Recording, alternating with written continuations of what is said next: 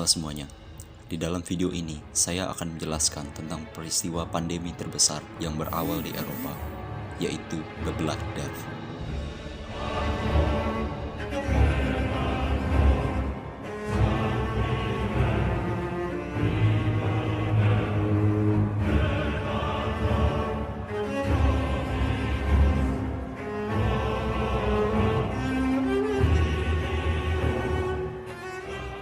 Black Death adalah suatu pandemi besar yang melanda Eropa pada abad ke-14.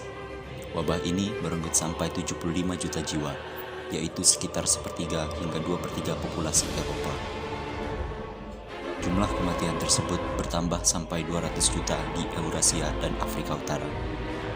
Gejala Black Death disebut acral necrosis, di mana kulit penderita menjadi menghitam karena pendarahan subdermal.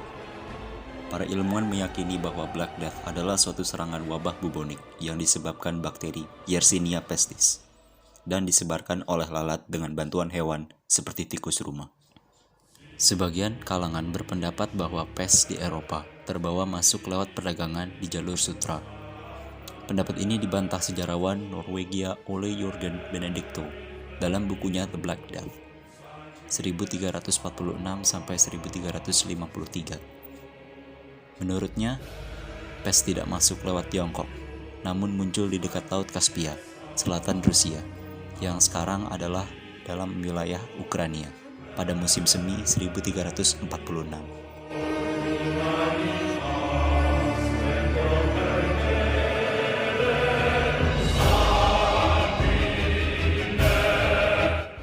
Pes kemudian menyebar ke barat lewat migrasi tikus-tikus coklat Rusia yang punya daya tahan tubuh lebih kuat dibanding tikus hitam.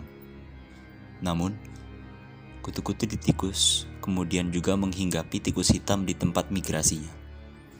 Tikus yang terkena pes umumnya bertahan 10-14 hari, lalu mati. Kematian massal tikus membuat gerombolan kutu bingung mencari tempat hinggap. Setelah 3 hari puasa, kutu-kutu kelaparan itu pun bersarang di tubuh manusia sebagai pengganti tikus.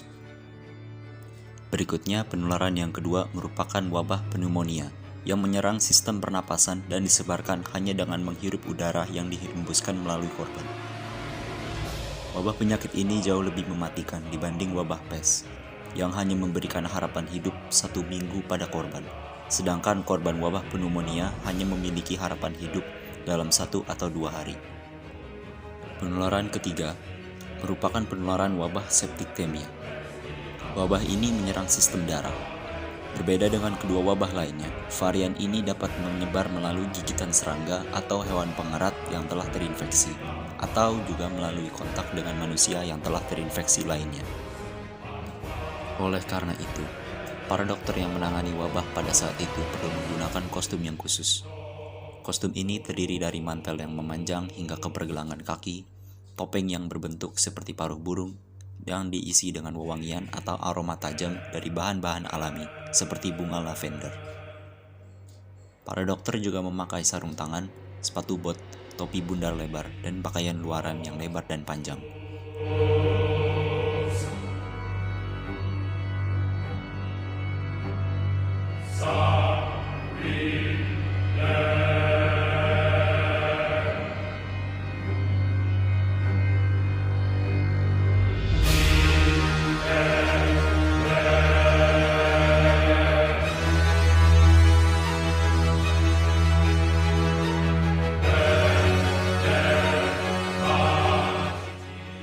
Fanatisme dan semangat akan religi berkembang terutama di Eropa karena Black Death.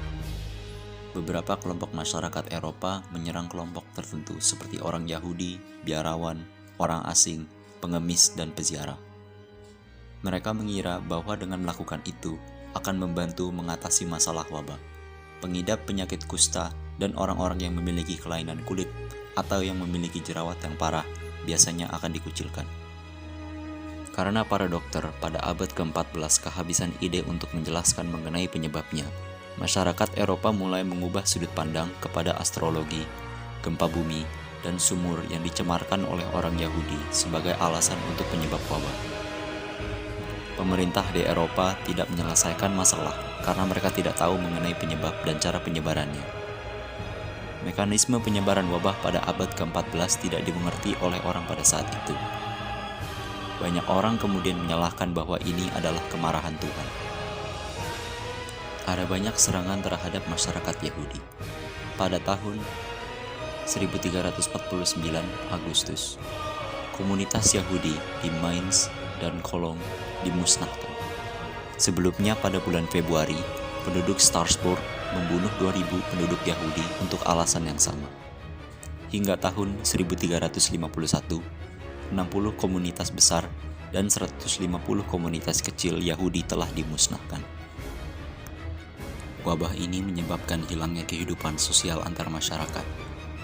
Orang tua tidak lagi mengunjungi anaknya yang terkena penyakit, seolah-olah mereka tidak memiliki anak. Para tetangga tidak saling berkomunikasi. Mereka hanya bisa mengidentifikasi tetangganya yang meninggal dengan mencium bau mayat yang membusuk. Hampir semua orang yang terpapar wabah ini meninggal dunia. Mendapat perawatan pun sangat sulit walaupun sudah menawarkan bayaran yang tinggi, karena sangat berkurangnya rasa sosial terhadap sesama.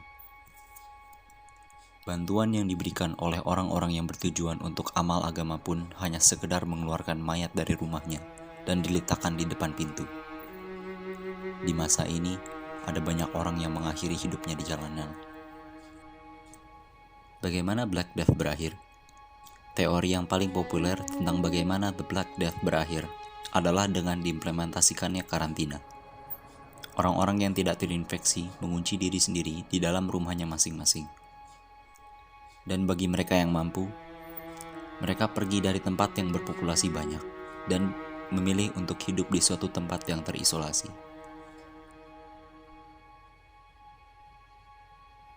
Baiklah, itu saja dari informasi yang bisa saya sampaikan tentang The Black Death. Semoga para penonton sekalian bisa menambah wawasan yang bermanfaat setelah menonton video ini. Mohon maaf bila saya ada salah kata. Selamat tinggal.